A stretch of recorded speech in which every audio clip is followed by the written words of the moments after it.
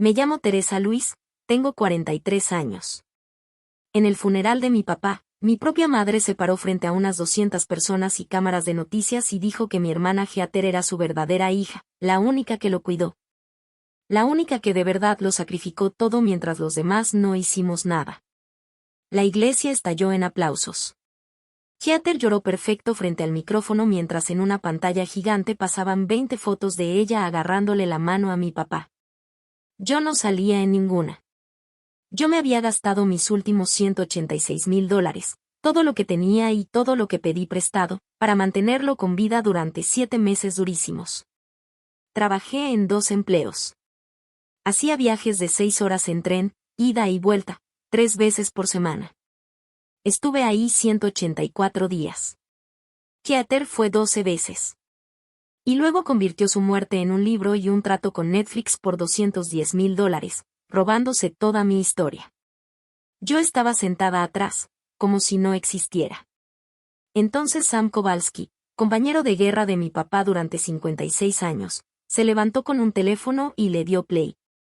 Y en ese momento, todo lo que mi mamá y mi hermana habían construido con mentiras durante 43 años se vino abajo. Si estás viendo esto, suscríbete y deja un comentario si alguna vez tu propia familia te borró o te traicionó. Leo todos los comentarios. Pero primero déjame llevarte 43 años atrás, al día en que nací y a la mentira que mi mamá ha cargado desde entonces. Yo no debía existir, al menos no así. Mi mamá, Connie, se embarazó en el verano de 1982. El padre era Kyle Brennan, un tipo con el que trabajaba en el salón. Para octubre, Kyle ya no estaba, desapareció la semana en que ella le dijo.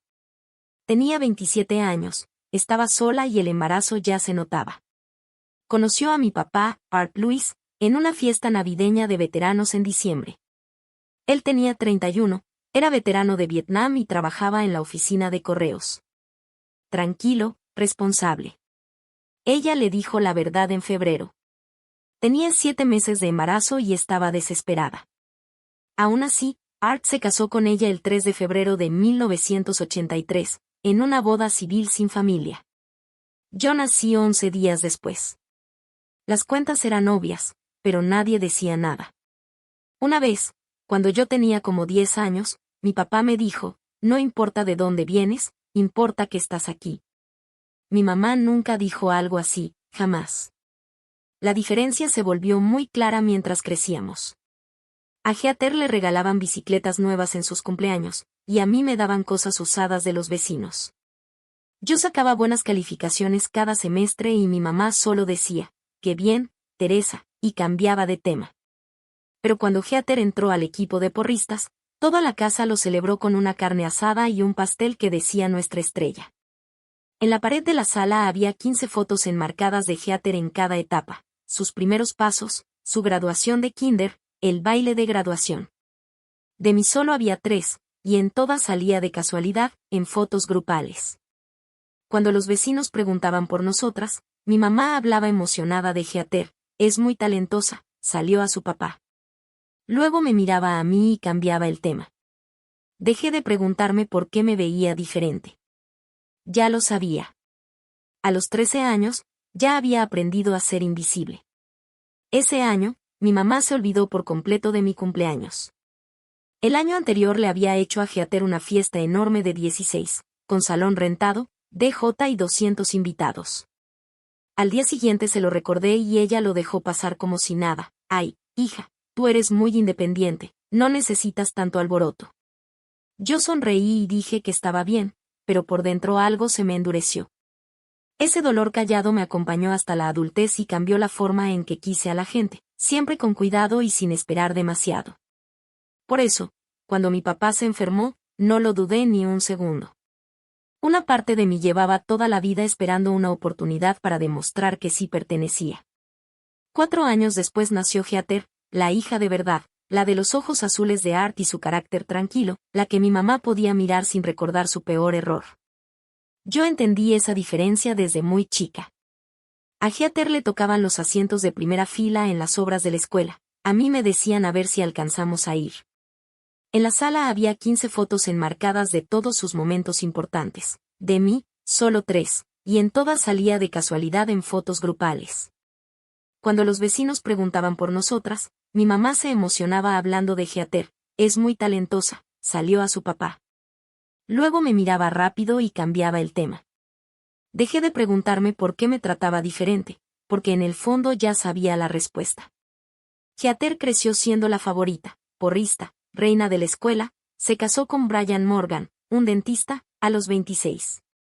Tuvo 2 hijos, una casa grande en Camp Hill, de esas colonias bonitas. Se volvió una agente inmobiliaria exitosa, vendiendo casas de $800,000 y presumiéndolo todo el tiempo en redes. Desde fuera, su vida parecía perfecta. Yo tomé otro camino. Estudié inglés en Penn State, regresé a Harrisburg y trabajé como redactora independiente de proyectos para organizaciones sin fines de lucro. Nunca me casé. Vivía en un departamento de una recámara en el centro, pagando $1,100 al mes. En 10 años había logrado ahorrar $40,000 para el enganche de una casa. Con mi papá tenía una relación cercana, de esas que no necesitan muchas palabras. Íbamos a cenar los domingos a casa de mis papás, sin falta. Yo iba cada semana. Heather aparecía una vez al mes, llegaba tarde, se iba temprano y subía fotos diciendo bendecido tiempo en familia. A mi papá no se le daba demostrar cariño, pero siempre me decía, eres una buena hija, Teresa, siempre lo has sido. Yo no sabía que esos domingos estaban contados. El 1 de agosto de 2024 estábamos viendo un juego de los Phillies en su casa cuando empezó a quejarse de dolores de cabeza. Dijo que llevaba semanas así. Papá, tienes 74, no 94, por favor revísate. Se resistió, pero al final dijo, está bien, llamaré al hospital de veteranos el lunes. Llamó el lunes y para el viernes nuestra vida ya se había venido abajo. A veces pienso que mi mamá ya presentía lo que venía, porque en cuanto él se enfermó, empezó a cambiar la historia de quien importaba, y a mí me borró incluso antes de que hubiera un diagnóstico. El 5 de agosto, mi teléfono sonó en el trabajo. Era mi mamá, con la voz tensa, tu papá está en urgencias, se desmayó en la casa. Corrí 6 cuadras hasta el hospital de Harrisburg. Lo encontré confundido, sin recordar ni qué día era, con enfermeras moviéndose rápido y máquinas sonando por todos lados. Le tomé la mano y él me apretó de vuelta. Me susurró, no le digas a tu mamá que tengo miedo. Luego entró el doctor, un tipo joven que se veía agotado, y nos dijo, vemos algo en los estudios preliminares, necesitamos una resonancia de inmediato. La resonancia duró 52 minutos. Los resultados tardaron 3 días. Esos 3 días fueron la última vez que tuve esperanza. El 12 de agosto fuimos al consultorio del oncólogo, el doctor Raymond Pelletier, un hombre de unos 50 y tantos, con esa mirada amable de alguien que ha tenido que dar malas noticias demasiadas veces. Glioblastoma multiforme. Etapa 4. Inoperable. Las palabras se quedaron flotando en el aire.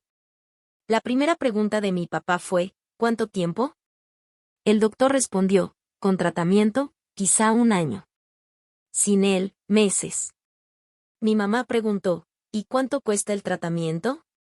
Yo pregunté, ¿qué le puede dar más tiempo? El 15 de agosto estuvimos en una sala del hospital de veteranos. El doctor Pelletier nos explicó las opciones. El hospital cubriría radiación y quimioterapia estándar, nada experimental ni de última generación. Yo pregunté por ensayos clínicos, por inmunoterapia, mencioné uno en Filadelfia que se veía prometedor. El doctor dijo que el medicamento del estudio era gratis porque lo financiaba una farmacéutica, pero que los costos de acceso y del hospital podían ser entre $75,000 y $100,000. Heather soltó, es una locura, si el seguro no lo cubre es por algo, es experimental. Yo respondí, eso no significa que no funcione. Mi mamá dijo, Teresa, sé realista, no podemos pagar eso. Yo contesté, yo sí puedo, tengo ahorros. Mi papá negó con la cabeza, no, no te voy a dejar. Le dije, por favor, déjame intentarlo. Ese mismo día, a las 3:52 de la tarde, tomé la decisión ahí mismo. Vi cómo mi mamá y Heather se miraron entre ellas, después entendería lo que significaba esa mirada, pensaban que estaba tirando mi dinero. Durante 5 días investigué sin parar ese tratamiento en Filadelfia, una inmunoterapia en fase 2 para el glioblastoma.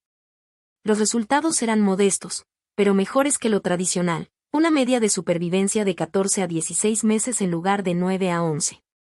El medicamento era gratis, pero los costos del hospital sumaban unos $82,000. Llené una solicitud de 48 páginas y la envié el 21 de agosto. El 25 me aceptaron. La fecha de inicio era el 2 de septiembre. Tenía una semana para prácticamente desarmar mi vida. Puse a la venta mi coche, pedí un préstamo personal con intereses altos y empecé a retirar mi fondo de retiro, sabiendo que me iba a afectar fuerte. Le pedí a mi jefe horarios flexibles. El 28 de agosto vendí el coche por $18,500 y compré un pase mensual de tren. Giater me mandó un mensaje: ¿de verdad vas a hacer esto? No le contesté. El 2 de septiembre, mi papá y yo tomamos el tren de las 6:15 de la mañana rumbo a Filadelfia. Llegamos al hospital a las 8:30. La primera infusión duró 4 horas y él la toleró bien. Yo trabajaba desde la sala de espera con mi laptop, escribiendo propuestas para poder pagar la renta. El tren de regreso salía a las 4:45. Mi papá se quedaba dormido sobre mi hombro y yo revisaba mi cuenta. Me quedaban $31,200. Esos viajes en tren se volvieron todo mi mundo. Siempre hacía frío y casi no había gente. Yo llevaba su carpeta médica en las piernas, repasando notas mientras él dormía junto a la ventana. La inmunoterapia le causaba efectos fuertes, un cansancio brutal, llagas en la boca que le hacían difícil comer y náuseas repentinas que nos obligaban a correr al pequeño baño del tren.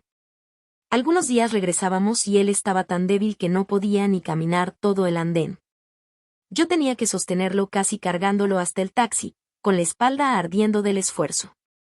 Por las noches, después de dejar a mi papá cómodo, me sentaba en la mesita de mi cocina a actualizar una hoja de Excel que ya se había vuelto mi peor pesadilla, los gastos de su tratamiento. Los números no dejaban de subir. Cada vez que pensaba que ya habíamos llegado al límite, aparecía otra cuenta. Empecé a contestar llamadas de agencias de cobro en mi hora de comida, tratando de negociar pagos que apenas podía cubrir. Poco a poco, mis amigos dejaron de escribirme porque ya no tenía energía ni para responder. Mi vida social prácticamente desapareció.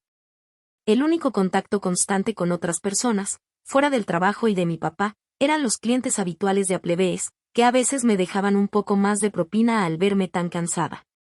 Aún así, hubo momentos que hicieron que todo valiera la pena. Una noche de finales de octubre, después de un tratamiento muy pesado, mi papá me apretó la mano en el tren de regreso y me dijo en voz baja: «Sabes que no tenías que hacer todo esto, ¿verdad?». Yo le respondí que sí tenía que hacerlo, porque era mi papá. Me miró por un buen rato, con los ojos húmedos, y dijo: «Ojalá hubiera sido mejor contigo cuando eras niña». Fue lo más cercano que estuvo de reconocer todos esos años de diferencia. Lloré todo el camino de regreso, en silencio para no despertarlo. Esa misma noche, Giater subió una foto de un atardecer con la frase «contando bendiciones». Me pregunté si en todo el día siquiera había pensado en mi papá. Para septiembre, yo ya llevaba gastado $68,000 intentando salvarle la vida. Ni mi mamá ni Giater habían aportado un solo peso, pero eso no fue lo que más dolió. La verdadera traición empezó el 10 de septiembre, mientras yo iba en el tren rumbo a Filadelfia. Lunes, miércoles y viernes eran iguales: despertador a las 5:30, tren a las 6:15, llegar a las 8:30, tratamiento hasta las 2. Tren de regreso a las 4:45 y llegar a mi departamento a las 7, agotada. Martes y jueves trabajaba desde casa escribiendo proyectos, tratando de no perder a mis clientes. Los fines de semana visitaba a mi papá y además trabajaba en otro empleo. La alarma de mi celular en esos días solo decía papá, y nunca la pospuse. Cada viaje se sentía como 6 horas robadas de mi vida: el traslado, la espera, la preocupación constante, verlo cada vez más débil. Aún así, él estaba luchando. Para finales de octubre, el tumor se había reducido un 15% y el doctor estaba moderadamente optimista. Lo que no podía soportar era llegar a casa y ver las historias de Giater en redes, clases de yoga, cenas, viajes de fin de semana. El 15 de septiembre entré a una plebes en Harrisburg Pike y pedí trabajo.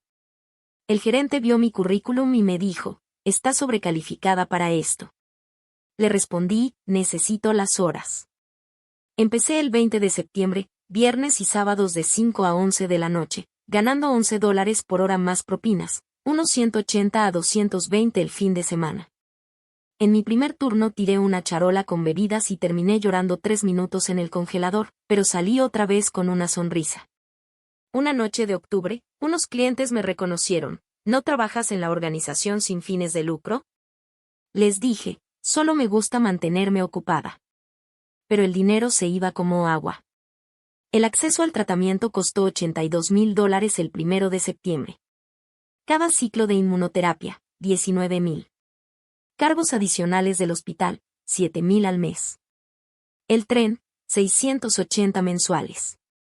Suplementos, equipo y una enfermera privada por las noches, otros $3,000 al mes. Todo lo tenía anotado en una hoja de Excel en mi laptop. Los gastos del tratamiento de mi papá los llevaba en una hoja de Excel que actualizaba todas las noches. Ahí tenía todo anotado, el dinero del fondo de retiro que retiré, $36,000 después de penalizaciones, la venta de mi coche, $18,500, un préstamo personal de $32,000. Tarjetas de crédito al tope por $25,000, $15,000 que me prestó mi amiga Pauline, mis ahorros, $40,000, adelantos de trabajo, $8,000, y las propinas de plebes en 4 meses, unos $11,500. Para el 30 de noviembre ya había gastado $142,000. Mientras tanto, Heather se compró una bicicleta pelotón y lo presumía con el hashtag «El autocuidado no es egoísmo».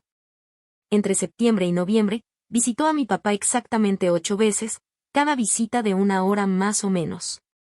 Siempre llegaba con flores y con el celular grabando, «Papá, quiero guardar tus historias». Él pensaba que era un gesto bonito. El 24 de septiembre le preguntó, «¿Qué es lo más difícil de todo esto?», y él respondió, «Olvidar cosas, a veces ni recuerdo los nombres de mis nietos». Ella lo grabó. El 8 de octubre llegó con una cámara buena y le tomó fotos sentado en su sillón viendo por la ventana. «Para el archivo familiar», dijo. Después, mi papá me comentó, «Heather está haciendo algo lindo, guardando la historia de la familia».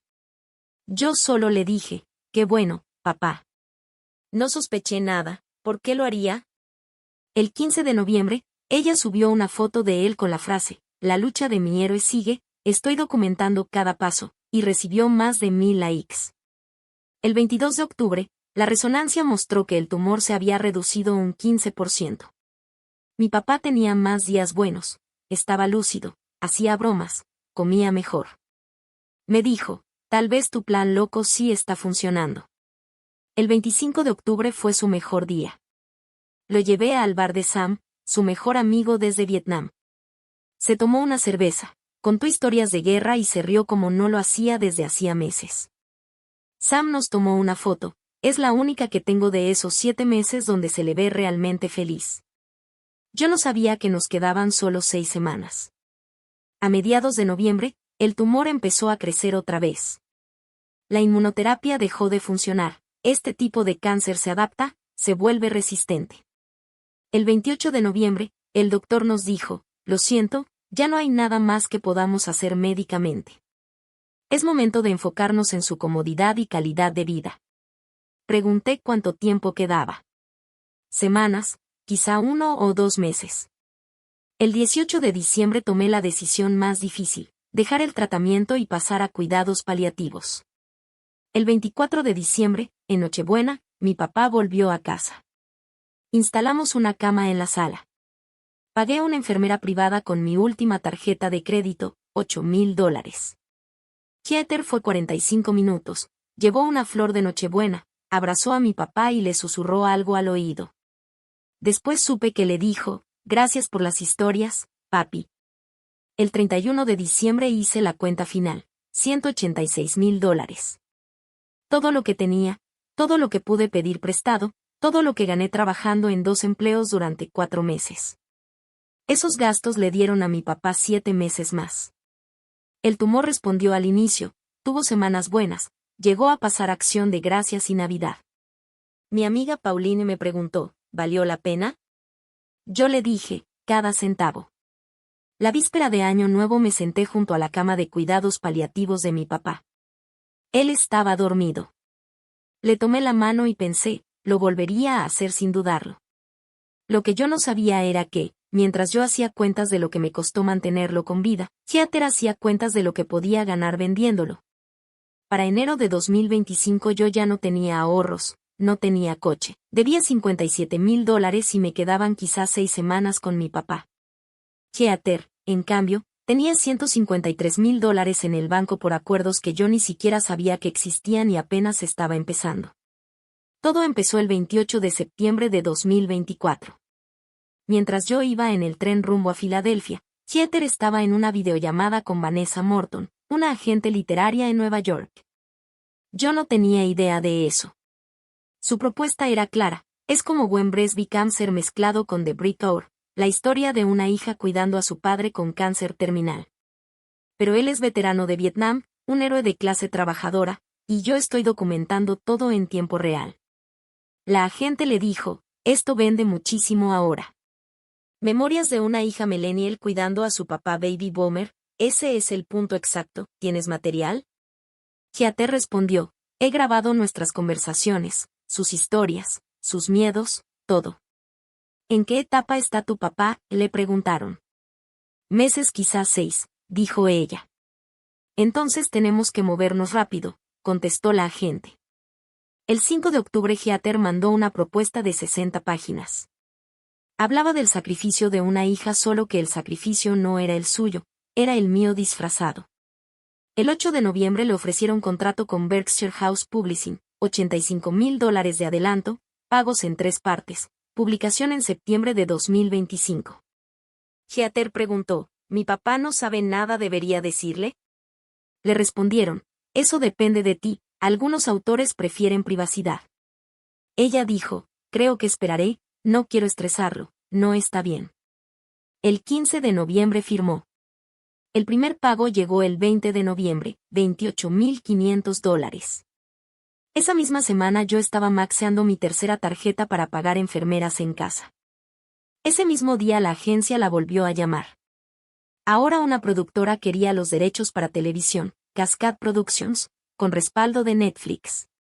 Ofrecían $125,000 por una opción exclusiva de 18 meses. Heather preguntó, ¿por un libro que ni siquiera está escrito? Le dijeron, estamos apostando a la historia. Si llega a serie, hay más dinero después. El 10 de diciembre firmó la opción. El 15 de diciembre le depositaron el dinero. En total ya llevaba $153,500 ganados. Le dijo a su esposo Brian, esto nos puede cambiar la vida, libro, Netflix, es mi gran oportunidad. Lo que yo no sabía en ese momento era que Heather y mi mamá ya se reunían seguido en la casa de ella para revisar el manuscrito. Mi mamá le decía que partes la hacían ver más heroica y que cosas de mí había que borrar. No era un libro, lo trataban como un negocio, uno donde yo tenía que desaparecer. Después, Heather admitió en el proceso legal que mi mamá incluso la ayudó a escribir partes del texto, incluyendo las escenas donde ella decía que había llevado a mi papá a Filadelfia 3 veces por semana y hasta eligieron juntas las fotos de la portada. Ellos estaban construyendo un imperio con mi sacrificio, y lo hacían mientras yo regresaba cada semana en el tren, completamente agotada. Brian le preguntó a Heather, ¿tu papá ya sabe? Ella respondió, todavía no, se lo diré cuando sea el momento correcto. Ese momento correcto fue el 18 de diciembre, el mismo día en que yo decidí detener el tratamiento y empezar cuidados paliativos. Para Heather, el momento correcto era después de que mi papá muriera y ya no pudiera decir nada. Entre noviembre y diciembre, Heather escribió sin parar. 600 páginas en 7 semanas. El libro se llamaba My Father's Last Battle, A Daughter's Journey. 30 capítulos, cada uno sobre una semana del deterioro de mi papá. Su versión era perfecta, ella como la única cuidadora, la que dejó su trabajo en bienes raíces, la que estaba ahí todos los días, la que investigaba tratamientos, la que tomaba decisiones médicas. Todo mentira. Escribió cosas como, lo llevaba a Filadelfia 3 veces por semana, 120 millas de ida y 120 de vuelta. Los tratamientos eran experimentales y carísimos. Saqué mi dinero de retiro para pagarlo todo. Me sentaba en las salas de espera mientras desconocidos me preguntaban si era su hija o su enfermera. Y yo decía, ambas, soy las dos. Teresa en el libro no existía. Ni una sola mención. En otro pasaje decía, le tomaba la mano en cada quimioterapia. Cuando olvidaba mi nombre, yo le decía, soy Heather, papá. Estoy aquí, siempre estoy aquí. Cada palabra estaba robada. Cada sacrificio era mío. Cada crédito, de ella. El 15 de enero de 2025, Sam Kowalski estaba buscando información de los beneficios de veteranos de mi papá cuando encontró un anuncio en una página de editoriales. Morton and Associates había vendido My Father's Last Battle de Heather Louise Morgan a Berkshire House, descrito como el testimonio en tiempo real de una hija cuidando a su padre veterano de Vietnam con cáncer terminal. Sam me llamó de inmediato. ¿Sabías que Heather está escribiendo un libro sobre art? Yo respondí, ¿qué? Me mandó el enlace. Lo leí. Ahí decía, Louise Morgan documenta su historia como la única cuidadora. No puede ser, le dije. Yo he estado ahí casi todos los días. Heather ha ido como 10 veces. Voy a investigar esto. Sam tenía contactos en el mundo editorial. Consiguió la propuesta y capítulos de muestra. Cuando los leyó, se sintió mal, literalmente. Después llamó a mi papá. El 20 de enero fue a verlo a la casa. Mi papá ya estaba en cuidados paliativos, pero ese día estaba más lúcido. Sam le mostró el anuncio y le leyó fragmentos. Mi papá se quedó callado mucho tiempo. Luego dijo, ¿Teresa no aparece en ningún lado? Sam le respondió, en ninguno. ¿Cuánto ganó Heather?, preguntó mi papá.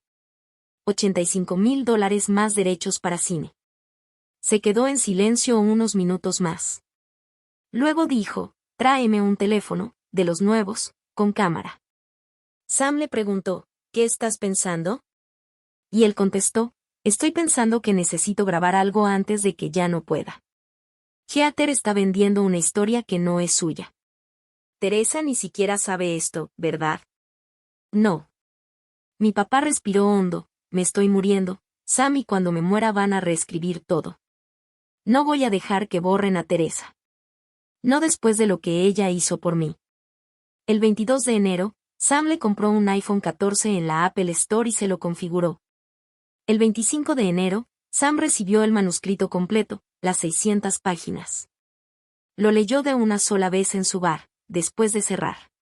Y en cada página, cada escena de sacrificio era mi vida. Cada escena en la parte de Filadelfia era mi rutina. Heather solo cambió los pronombres y se adjudicó todo. Sam, al leerlo, se dijo a sí mismo, esto no es solo mentir, esto es robo. Al día siguiente llevó el manuscrito a mi papá. Para la página 50, él ya estaba llorando. El 28 de enero de 2025, mi papá leyó 600 páginas sobre su hija devota, Heather. La hija que supuestamente lo visitaba, que lo cuidaba, que nunca aportó dinero, pero que ahora estaba ganando dinero contando su muerte. Y ahí tomó una decisión, esto no se iba a quedar así. El 8 de febrero de 2025, a las 10 de la mañana, Sam llegó a la casa. Mi mamá había salido al súper. Yo estaba trabajando. Tenían una ventana de 90 minutos. Mi papá estaba lúcido, de los mejores días que había tenido en semanas. Sam puso el iPhone en un tripié frente a su sillón. Mi papá preguntó, ¿cómo me veo? Sam le dijo, como alguien que va a decir la verdad. Entonces empecemos, respondió. Mi papá respiró hondo y miró a la cámara. Me llamo Arthur James Lewis. Tengo 74 años. Estoy grabando esto el 8 de febrero de 2025. Tengo cáncer cerebral en etapa 4. Voy a morir pronto, días, quizás semanas. Estoy haciendo esto mientras todavía puedo, mientras mi mente está clara, porque hay cosas que necesitan ser dichas. Y si espero, ya no voy a tener oportunidad. Sus manos temblaban con el vaso de agua, pero su voz se mantenía firme. Lo primero que tengo que decir es quién es realmente mi hija Teresa. Y empezó a contar todo. El embarazo de mi mamá en 1982. Kyle Brennan desapareciendo. Él casándose con ella en febrero de 1983. Mi nacimiento 11 días después. Y nunca me importó que Teresa no fuera mi hija biológica. Desde el momento en que nació, fue mi hija. Le cambié los pañales, le enseñé a andar en bici, la llevé a la escuela. Ser padre no es biología, es amor. Y yo amé a Teresa desde el principio. Hizo una pausa, se limpió los ojos. Pero su madre nunca la dejó olvidarlo. Para ella era un error, una carga. Una vez me dijo cuando Teresa tenía 5 años, la veo y me recuerda todas las malas decisiones que tomé, punto. Ahí su voz se endureció un poco. Debí haberla protegido más. No lo hice. Y eso es mi culpa. Luego cambió el tono. Mi hija Heather escribió un libro sobre mi cáncer. Sobre mi muerte. Lo vendió por $85,000. Vendió los derechos para una serie por $125,000 más. $210,000 en total. Y lo hizo mientras yo estaba muriendo y sin decírmelo. Se quedó serio. Leí el libro. 600 páginas. Heather dice que ella fue mi cuidadora, mi único apoyo. Dice que me llevaba a tratamientos, que pagaba todo, que dejó su trabajo, que estuvo conmigo en cada momento difícil. Hizo una pausa. Eso es mentira. Eso lo hizo Teresa, no Heather. Empezó a enumerar datos, uno por uno. Teresa estuvo 184 días de 210. Heather vino 12 veces. Teresa gastó $186,000. Heather no gastó nada. Teresa trabajó 2 empleos. Heather trabajaba en un libro. Heather le robó la historia a Teresa. Le puso su nombre y ganó dinero con eso. Respiró. Pero el libro no es lo peor. Entonces habló de mi mamá. Mi esposa sabía del libro. Heather se lo dijo en noviembre. Connie la ayudó a escoger qué historias usar, qué fotos poner. Ayudó a borrar a Teresa de esa historia. Ella sabía que Teresa no aparecía en el libro y aún así no dijo nada. Mi papá contó una conversación que escuchó en enero. Connie y Heather hablando en la cocina. Haz que el libro se enfoque en ti. La gente no quiere oír de Teresa, es complicada de explicar, dijo mi mamá. Heather respondió, no voy a mencionarla. Bien. Esta es tu historia. Te la ganaste por estar ahí, le dijo mi mamá. Y todo eso pasó mientras yo estaba literalmente en la otra habitación. La voz de mi papá se quebró. Cuando el tratamiento falló en noviembre, Connie me dijo, ¿ves? Ni siquiera lo que hace Teresa sirve. Se esfuerza demasiado y siempre falla, y se rió. Se limpió los ojos otra vez. Ahí fue cuando supe que tenía que hacer esto. Luego habló del testamento. El 12 de febrero de 2025 actualicé mi testamento, con mi abogado y 2 testigos independientes. Todo va para Teresa, la casa, el seguro de vida, $320,000, mis ahorros, todo. Teresa es la única beneficiaria. Miró fijo a la cámara. Quiero que quede claro, Teresa pagó por mi cuidado. Me dio 7 meses que no iba a tener. Heather me dio 12 visitas y una grabadora. Connie me dio culpa y vergüenza por la hija que sí me amaba. Levantó un documento firmado hacia la cámara. Si Connie intenta mostrar otro testamento, es falso. El original lo tiene mi abogado. Esto está registrado. Hizo una pausa. Y hay algo más. Explicó que en diciembre había grabado a Connie y Heather. Sam lo había ayudado a dejar un grabador escondido. Era el 18 de diciembre. Ellas pensaban que yo estaba inconsciente. En Pensilvania es legal grabar si una de las partes lo autoriza y yo lo autoricé. Reprodujo el audio. La voz de Heather sonó clara. Cuando papá ya no esté, lanzamos el libro en septiembre. Yo voy a salir en televisión, en Good Morning America, en Today si se puede. Netflix está interesado. Cascade cree que pueden sacar una serie de 6 capítulos. Mamá, Tú haces el papel de la viuda dolida. Connie preguntó, ¿y Teresa? Heather respondió, ¿qué con ella? Ni siquiera está en el libro. No es parte de esta historia. Pero puede causar problemas, estuvo mucho tiempo ahí, dijo mi mamá. Heather se rió. ¿Qué intente? ¿Quién le va a creer? Yo tengo contrato, tengo Netflix, tengo fotos, grabaciones y ella ¿qué tiene? Connie dijo riéndose, tiene deudas. Heather remató, exacto. Vamos a decir que está amargada, celosa, buscando atención. Y cuando salga el dinero de Netflix, son otros $400,000. Esto ya es dinero real. El audio se cortó. Mi papá miró a la cámara.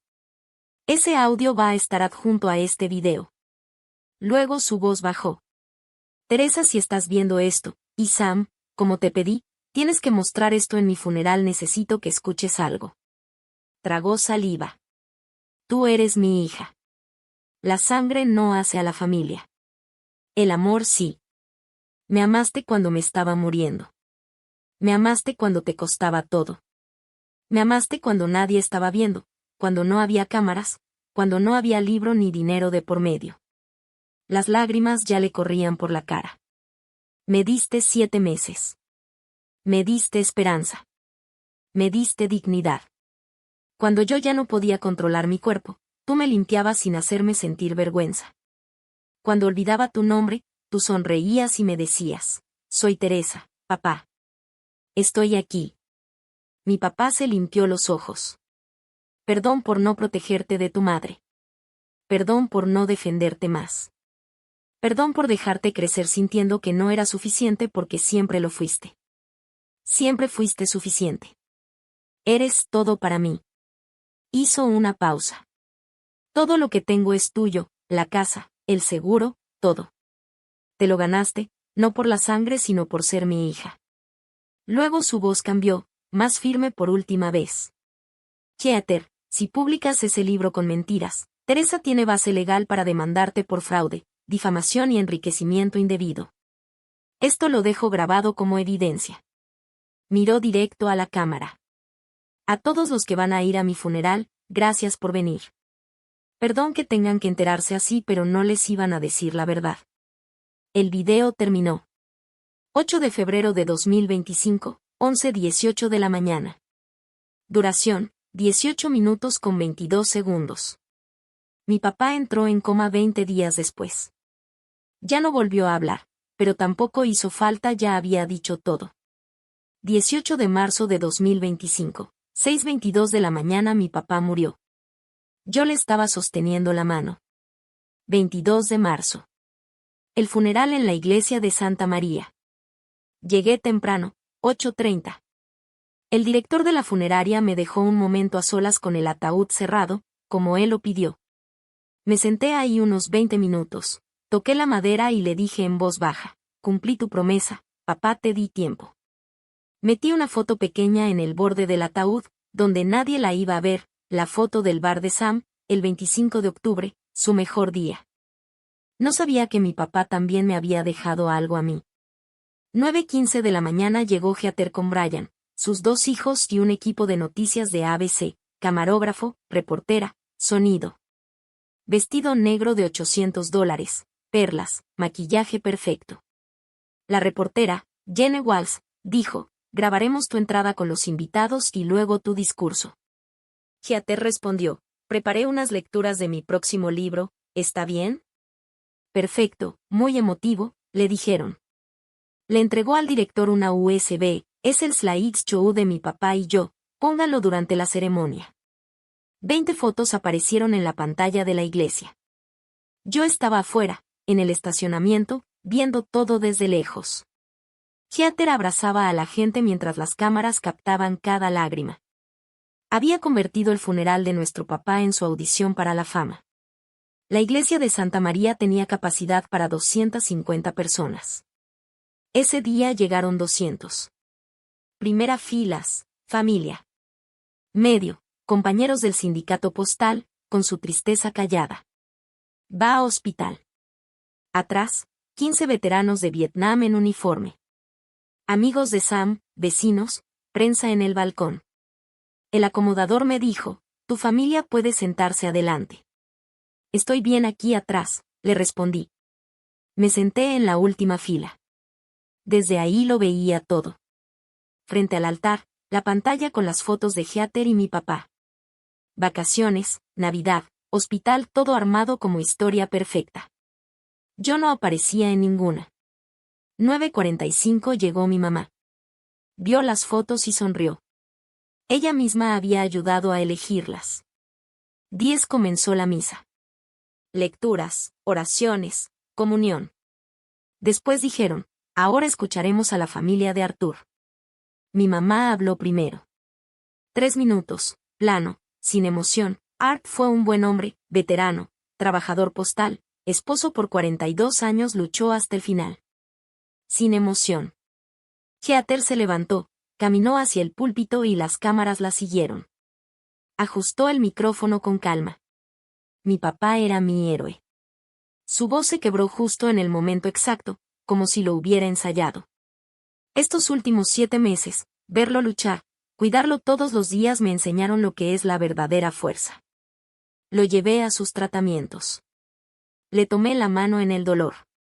Busqué todas las opciones. Lo di todo. Mis manos se cerraron en el banco. Cada palabra era mi vida, pero dicha por ella. La iglesia estaba en silencio, solo se escuchaba su voz y algunos sollozos. Quise hacer un homenaje a mi papá, para mostrarles quién era él. Las luces bajaron. Detrás de ella se encendió la pantalla. 20 fotos con música suave, tipo balada triste. Mi papá en uniforme en 1970. Su boda con mi mamá en 1983. Y una foto donde apenas se me veía de bebé en brazos de ella como si yo fuera un detalle sin importancia. Luego todo lo demás, Heather y mi papá en cada etapa.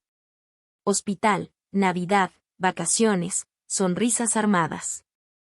Y la voz de Heather encima de las imágenes. Todos los días estuve a su lado. Él me enseñó valentía. En sus últimos días me dijo, Heather, tú eres mi fuerza. Eso nunca pasó. Un hombre atrás de mí susurró, ¿no era Teresa la que estaba más con él? Heather siguió. Después de todo esto, escribí un libro. Pausa dramática. Se llama My Father's Last Battle, A Daughter's Journey. Sale en septiembre. Sacó una portada impresa. La cara de mi papá y su silueta encima. Todo lo recaudado será para investigación de cáncer en veteranos. Él sabía que lo escribía. Quería que su historia se contara. Y Netflix ya está desarrollando una serie. La cámara le hizo zoom a sus lágrimas. Este libro es una carta de amor a mi papá. Aplausos. Gente de pie, incluso en las primeras filas. Mi mamá también se levantó a aplaudir. La reportera escribía rápido. Yo seguía sentada, inmóvil. Alguien atrás dijo, qué bonito, qué homenaje. Heather bajó del micrófono. Tengo copias en la entrada. Si quieren, se los puedo firmar después. Luego el padre O'Brien habló. Gracias, Heather. Muy emotivo. Pausa. Y ahora, como lo pidió Arthur antes de morir, su amigo Sam Kowalski compartirá un último mensaje. Sam se levantó. Tenía uniforme de veterano, 72 años. Caminó despacio hasta el frente. Hace 2 semanas, Art me pidió algo específico. Me pidió grabar un video. Me dijo, Sam, lo pones en mi funeral. Frente a todos. Sin importar quién se oponga, punto. Sacó un iPhone y lo conectó al sistema de la iglesia. Dura 18 minutos. Art estaba lúcido.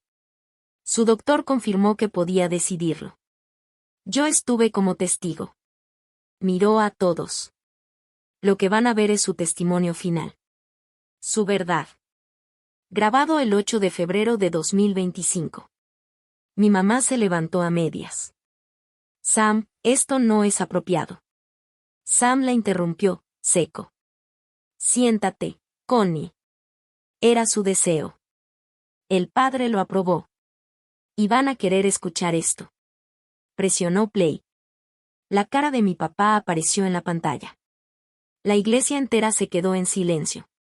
Sus primeras palabras fueron claras. Me llamo Arthur James Lewis y voy a decir la verdad sobre mis hijas. El video duró 18 minutos con 22 segundos. Mi papá explicó todo. Dijo que Teresa no era su hija biológica, el embarazo de mi mamá en 1982, Kyle Brennan desapareciendo, él casándose con ella igual y criándome como su hija. Pero también dijo algo más fuerte, que mi mamá nunca me dejó olvidar lo que era para ella un error, una carga. La cámara en el video incluso me mostró a mí sentada en la última fila. La gente empezó a voltearse. Mi mamá se puso pálida. Teresa pasó 43 años siendo tratada como si le debiera algo a esta familia por existir. No le debe nada. Yo le debo todo. El hombre del sindicato a mi lado me apretó la mano. Luego mi papá empezó a dar datos. Yo llevaba un calendario. Teresa me ayudaba a marcarlo. Lo levantó frente a la cámara, hojas con marcas desde el 12 de agosto de 2024, el diagnóstico, hasta el 1 de marzo de 2025, cuando perdí la conciencia. 210 días. Teresa estuvo presente 184 días. 88%. En cada tratamiento. En 36 viajes a Filadelfia. En cada visita de enfermeras. Cuando ya no reconocía su nombre. Cuando perdía el control de mi cuerpo. Navidad, Año Nuevo, su cumpleaños ella estuvo. Luego mostró su celular con las redes de Heather. Y Heather vino 12 veces. Lo sé porque cada vez lo publicó. Empezó a leer fechas: septiembre, octubre, noviembre, diciembre, enero, febrero. 12 visitas en total. 75 minutos en promedio cada una. 15 horas en 7 meses. Pausa. Teresa estuvo 1380 horas conmigo. Heather, 15. Alguien en la iglesia gritó, Dios mío. El camarógrafo de ABC enfocó directo a Heather. Ella no se movía. Mi papá levantó el manuscrito. Este es el libro de Heather. Voy a leerles algo. Y empezó a leer. Frases donde Heather decía que ella me llevaba a Filadelfia, que ella pagaba todo, que ella sostenía mi mano en el dolor. Mi papá paraba después de cada una. Nunca viajé a Filadelfia con Heather. Eso lo hizo Teresa. Heather no pagó nada. Teresa pagó $186,000. Silencio absoluto. El 24 de diciembre, Heather vino 45 minutos, tomó una selfie y se fue. Teresa se quedó toda la noche. La reportera dejó de grabar por un segundo, como si no pudiera seguir.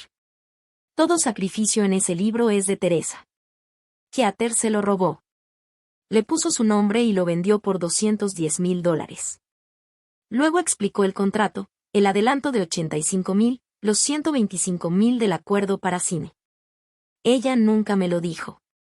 Estaba ganando dinero mientras yo me estaba muriendo y Teresa se estaba quedando sin nada por salvarme. Mi papá levantó un estado de cuenta bancario, parcialmente cubierto pero todavía legible. Esta es la cuenta de Heather en diciembre de 2024, $153,500 depositados. Heather se levantó de golpe. Esto es privado, tú no puedes. Desde atrás, Sam la interrumpió, siéntate.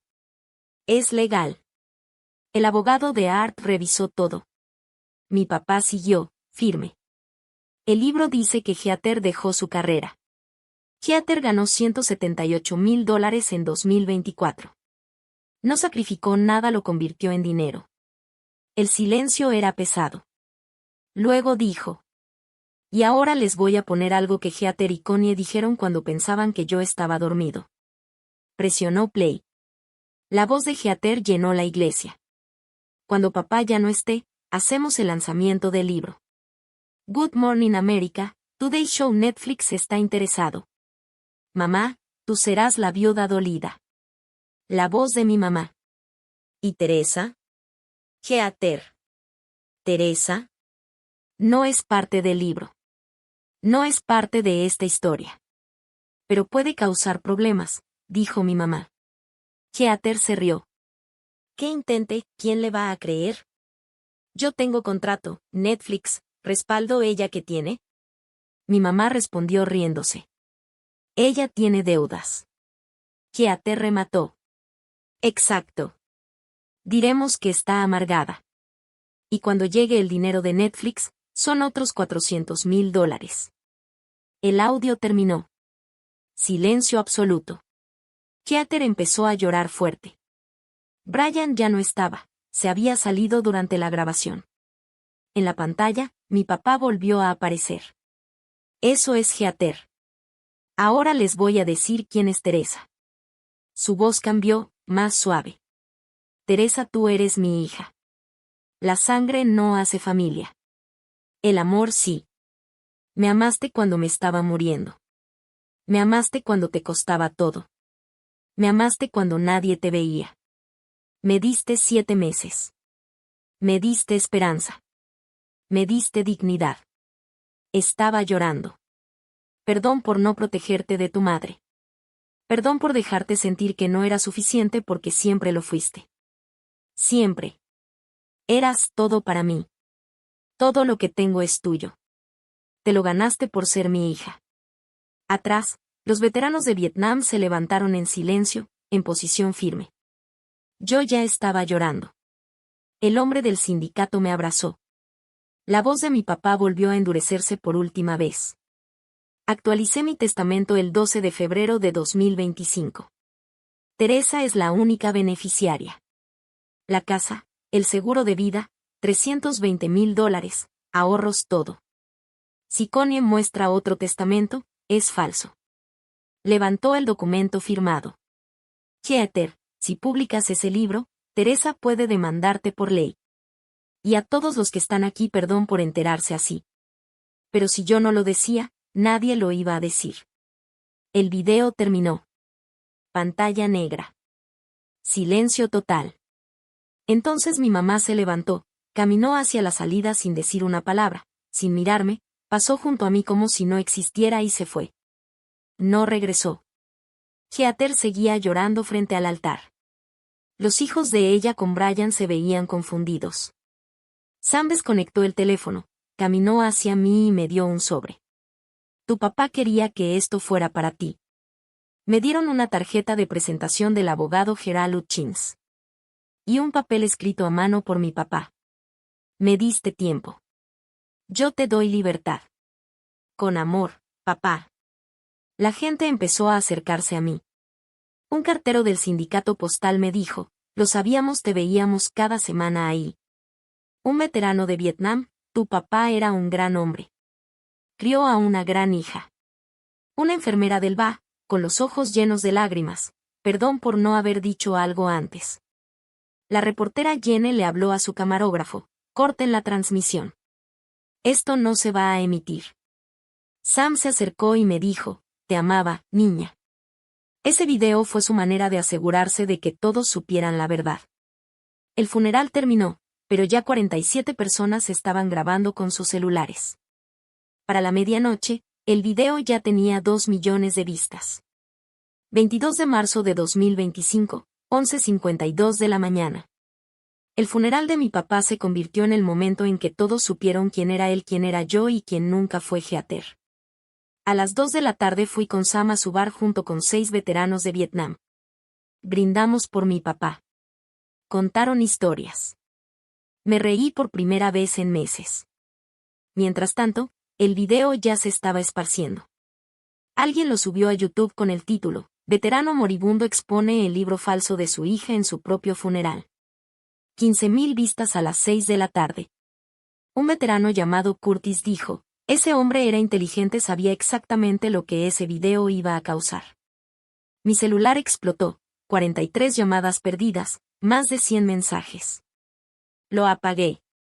No sabía que para la mañana siguiente tendría 2 millones de vistas. 23 de marzo, 10 de la mañana. A Heather le sonó el teléfono. Era la editorial Berkshire House. Ya vimos el video. Activamos la cláusula de moralidad del contrato. El libro queda cancelado de inmediato. Tienes que regresar el anticipo de $28.500 en 30 días. Heather ya se lo había gastado. 24 de marzo. Llamó la productora de Netflix, cancelaron todo el acuerdo y exigieron la devolución de $125.000. Su agente le mandó un correo: ya no puedo representarte. Esto no tiene salvación. Esa noche Heather puso su Instagram en privado, pero ya era tarde. Había capturas por todos lados. El video se fue a TikTok, Twitter, Reddit. Empezaron los hashtags: #falsa cuidadora, #justicia para Teresa, #video del veterano. 25 de marzo. BuzzFeed publicó: mujeres puesta en funeral de su padre por robar la historia de su hermana para un libro. 26 de marzo. Reddit lo llamó: el video del funeral que dio la vuelta al mundo. 58.000 votos. 27 de marzo. Un video en TikTok, 8.7 millones de vistas. 28 de marzo. Periódico de Harrisburg: agente inmobiliaria admite que su libro se basaba en una historia falsa. 29 de marzo. TMZ lo publicó. El video llegó a 15 millones de vistas. Alguien abrió un GoFundMe para mí sin preguntarme. En 4 días, $127.000. 30 de marzo. Keller Williams llamó a Heather a la oficina. Te ponemos en suspensión administrativa. Varios clientes pidieron cambiar de agente. Todo esto está afectando a la empresa. 15 de abril. La Comisión de Bienes Raíces de Pensilvania abrió una investigación. 1 de mayo. Le suspendieron la licencia por 18 meses y borraron su perfil del sistema. 8 de abril. Brian pidió el divorcio. Diferencias irreconciliables y pérdida total de confianza. Los niños se quedaron con él. Sus amigas dejaron de contestarle. El club de lectura la sacó. El club social no le renovó la membresía. En junio, mi mamá se fue a Florida. No soportó cómo la empezó a aislar la gente. Mientras tanto, yo estaba en otra batalla. El 2 de abril me reuní con una abogada, Rebecca Stone, especialista en litigios, recomendada por Gerald Hutchins. Presentamos una demanda contra Heather: fraude, difamación, enriquecimiento injusto, daño emocional intencional. De mayo a agosto entramos en la fase de pruebas. Estados de cuenta de Heather, correos con su agente, mensajes de Instagram, registros del hospital, boletos de tren míos, todo. Las pruebas eran abrumadoras. Sus propios mensajes con mi papá demostraban sus visitas reales. Los registros de seguridad lo confirmaban. Las fechas de Instagram coincidían con lo que decía mi papá. En septiembre empezaron las negociaciones. Tuve que leer cientos de páginas de correos y mensajes donde Heather y mi mamá hablaban de cómo manejarme si yo hablaba. En uno, Heather le escribió a mi mamá: mientras mantengamos la historia de que yo fui la cuidadora principal, nadie va a cuestionar nada. Teresa siempre ha sido dramática. Leer eso fue como perderlo otra vez. Con el dinero del acuerdo, trabajé con un abogado de una organización sin fines de lucro para crear todo el proyecto. Conseguimos el estatus 501, C3, muy rápido, en parte por la atención pública del caso. Las primeras ayudas que dimos fueron a personas en situaciones muy parecidas a la mía. Heather aceptó pagar en lugar de ir a juicio, porque el video en la corte la habría destruido. $210.000 del libro y el trato con cine regresaron. 186.000 de mis gastos. 150.000 de daños punitivos. Total, $546.000. 100.000 de pago inmediato con la venta de su casa. 446.000 en pagos durante 7 años, con embargo de salario. 15 de octubre firmamos el acuerdo. 20 de octubre recibí el primer pago. Rebecca me dijo: sabían que iban a perder en juicio. El video era imposible de defender. Esto también la protege de cargos criminales. La justicia tenía precio, pero mi papá seguía muerto. Octubre de 2025. Heather perdió el libro, el contrato con Netflix, su carrera, su matrimonio, su reputación y más de $500,000. Yo gané en lo legal, pero ningún dinero me lo iba a regresar. 18 de marzo de 2026. Un año desde la muerte de mi papá. Fui a su tumba en el cementerio de Harrisburg. Le llevé margaritas, sus flores favoritas. La lápida decía, Arthur James Lewis, 1951-2025. Veterano de Vietnam. USPS por 38 años. Padre amado. El amor hace familia. Me senté en el pasto. Hola, papá, ya pasó un año. Hice lo que me pediste. Usé el dinero en algo bueno. El fondo ayudó a 47 personas este año. Cuidadores como yo, que lo dan todo. Estamos cambiando eso.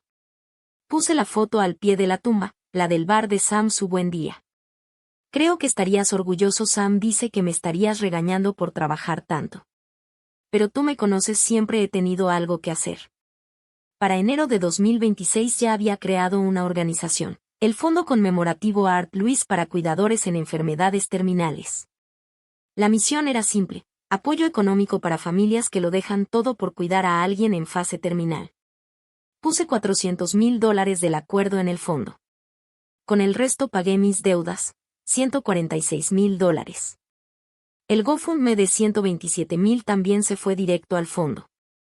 Más donaciones de veteranos, carteros y amigos de mi papá. Total, $650,000. Entre 2025 y 2026 dimos 47 apoyos, de entre $5,000 y $15,000. Una mujer cuidando a su mamá con ELA. Un hijo con su papá con Parkinson. Una esposa con su marido en cáncer avanzado. Una de ellas me dijo, trabajaba 3 trabajos y no podía pagarle las medicinas. El fondo me dio $8,000. Gracias a eso pudo morir en casa, tranquilo, nos salvó. El 22 de marzo de 2026 hicimos la primera ceremonia anual. Rentamos un salón porque el bar de Sam ya no alcanzaba. Fueron como 100 personas, prensa local. Sam me pasó el micrófono. Respiré. Mi papá me enseñó que la familia no es la sangre, es quien se queda cuando todo se pone difícil. Hace un año aprendí eso de la forma más dolorosa, pero también aprendí que el sacrificio no se desperdicia si se convierte en propósito. Pausa. Este fondo existe porque mi papá me vio cuando todos los demás no me veían. Si una sola persona se siente vista por esto, entonces cada dólar, cada turno de trabajo, cada viaje valió la pena. Mi voz se afianzó. A los 47 beneficiarios no son invisibles. Son héroes. Y los vemos. Toda la sala se puso de pie. Sam llorando al fondo. Los veteranos haciendo saludo militar. Hoy mi vida es distinta. Trabajo como directora de desarrollo del fondo. Gano $78,000 al año. Ya no tengo deudas. Vivo en una casa sencilla en Harrisburg. Manejo un Camry usado. No tengo contacto con mi mamá ni con Heather. Los domingos ceno con Sam, ya es tradición. Estoy saliendo con Paul, un contador que conocí en un evento del fondo. Vamos despacio. En 2025 escribí un artículo, La verdadera última batalla de mi papá, la hija que se quedó. Llegó a 12 millones de lecturas y abrió una conversación nacional sobre los cuidadores invisibles. En mi oficina tengo la foto de Vietnam de mi papá enmarcada. Cada persona que recibe apoyo la ve. Sam vino un domingo a cenar. Tu papá estaría orgulloso de ti, niña. Transformaste dolor en propósito. Y yo solo pensé, aprendí del mejor. Un año después del funeral que cambió todo. Intentaron borrar mi historia, pero mi papá se aseguró de que nunca fuera invisible otra vez.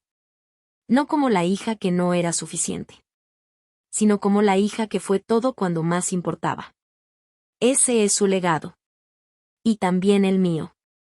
Y es lo que ahora le dejo a cada cuidador que viene después de mí. La prueba de que el sacrificio no se pierde se vuelve sagrado cuando alguien por fin lo ve.